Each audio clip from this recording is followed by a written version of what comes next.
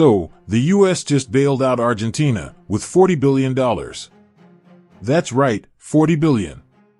And it happened while the U.S. government was literally in shutdown. Wait, how does that even make sense? We can't afford to keep the lights on at home, but we've got billions lying around for a foreign country with 200% inflation. The U.S. Treasury didn't call it a bailout, though. They called it a stabilization. Officially, it's not charity. It's strategy. Unofficially, it might be one of the biggest financial chess moves against China we've seen this decade.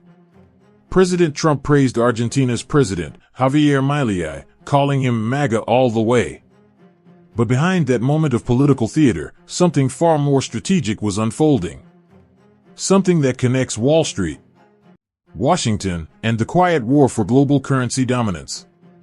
The money didn't come from Congress. It didn't come from the Federal Reserve either. It came from something most Americans have never even heard of. A secretive account inside the U.S. Treasury known as the Exchange Stabilization Fund. Created in 1934, the ESF was born out of the Great Depression. Funded by the profits from Roosevelt's bold move to revalue gold. Its purpose? To give the Treasury the power to act without asking permission. No congressional approval. No public debate. Just quiet financial muscle. It's kind of like discovering your grandpa has a secret savings account. One he's been using to quietly bail out your neighbors. Except in this case, grandpa is Uncle Sam. The Exchange Stabilization Fund has only stepped into the spotlight a few times. To bail out Mexico in 1995 during the peso crisis. To calm markets during the 2008 financial meltdown. And again in 2020, when credit markets froze during the pandemic. Each time, the same pattern: crisis hits, money moves, no votes, no press conference. Now, it's happening again. The U.S. Treasury is using the ESF to quietly prop up Argentina's collapsing peso. A currency that's lost over 200% of its value in just a few years. But here's the twist: this bailout isn't just about Argentina. It's about China. While the world's attention has been fixed on Gaza, Ukraine, and inflation charts, China's been expanding its reach across Latin America. Building power plants, railways, and ports. The kind of infrastructure that ties nations not just with trade, but with dependency. Argentina is one of Beijing's biggest targets. A nation rich in lithium, soy, and energy reserves. And drowning in debt owed, in part, to China. So when the U.S. stepped in through the Exchange Stabilization Fund, it wasn't just a bailout. It was a message. A line drawn in the sand. That line is Argentina. Because in today's world, wars aren't just fought with weapons. They're fought with money, credit, and influence. And the quiet fund inside the U.S. Treasury may be America's most secret weapon yet. China has spent nearly a decade building something bigger than infrastructure. They call it the Belt and Road Initiative. We call it leverage. Through this program, China has poured hundreds of billions into developing nations. Roads in Kenya, railways in Brazil, dams in Ecuador. And in the past 5 years alone, Argentina has become one of Beijing's most expensive projects. Nearly $18 billion in loans, financing nuclear plants, energy grids, and transportation hubs. When Argentina's economy started collapsing and the IMF turned its back, China opened a yuan swap line. A direct channel that allowed Argentina to borrow in Chinese currency. It was more than a loan. It was a lifeline, a signal that China could do what the West wouldn't. So when the U.S. suddenly stepped in with a $40 billion stabilization package, it wasn't random. It was a countermove. A calculated strike in a silent currency war. A bet that the U.S. dollar could still outmuscle the yuan in the global south. But that's not where the story ends. Because the real question is, who actually benefits from this $40 billion bet? Follow the money, and a familiar pattern appears.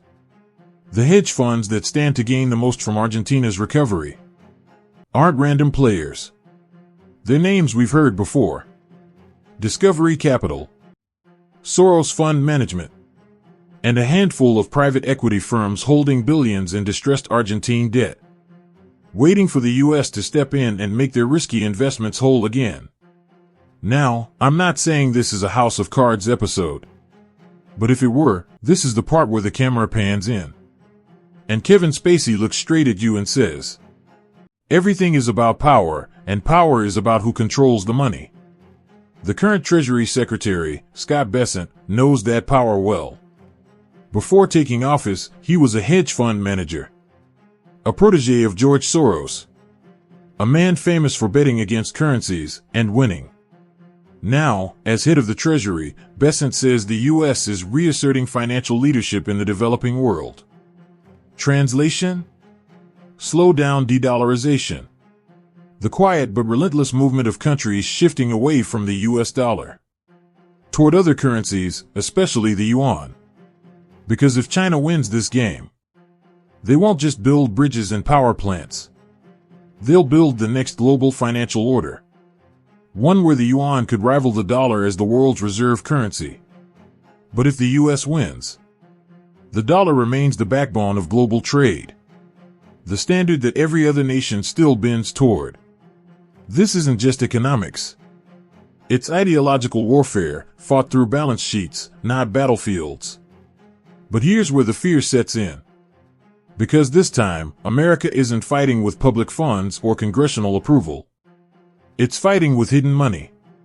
From a secretive account buried inside the Treasury. An account that can move billions with a single signature. Without oversight and without warning. If the U.S. keeps making high-risk bets like this, backed not by voters, not by Congress, but by financial secrecy, how long until the system itself begins to crack? Or, and this is the hardest question, maybe this is the only move left. Maybe defending the dollar's throne means playing by new rules. Rules that blur the line between stability and desperation.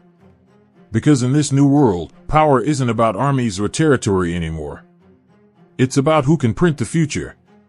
And who's forced to borrow it. Whether you see this as a bailout or a power move, one thing's certain. The world is entering a new era of financial warfare. A war fought not with tanks or missiles, but with currency swaps, debt relief, and influence. If Argentina's economy stabilizes under Milei, it will prove that the U.S. can still outbid China for allies, even in a world skeptical of the dollar. But if it fails, it could accelerate the very thing Washington fears most: the decline of U.S. financial dominance. So what does that mean for you and me? We don't trade currencies with the Treasury. We don't sit on distressed bonds. We're just trying to make good financial decisions in an economy that feels more unstable by the day. It means diversification isn't optional anymore. It means understanding how global moves, like this $40 billion bet, can trickle down to your mortgage rate, your investments, your job security.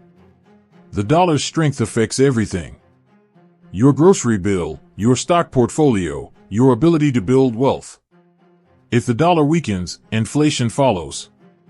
If it strengthens too much, exports crash.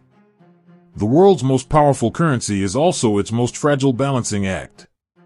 So as this financial chess match unfolds, don't just watch from the sidelines. Learn the rules. Because the people who understand how power shifts are the ones who adapt before it happens. And in this new economy, adaptation is wealth. If you found this breakdown helpful, make sure to hit that like button. It tells the algorithm you value clarity over noise. Subscribe if you want to stay ahead of the next big financial shift. Because the game isn't over. This $40 billion bet might just be the opening move in a much bigger story between the US, China, and the future of money itself.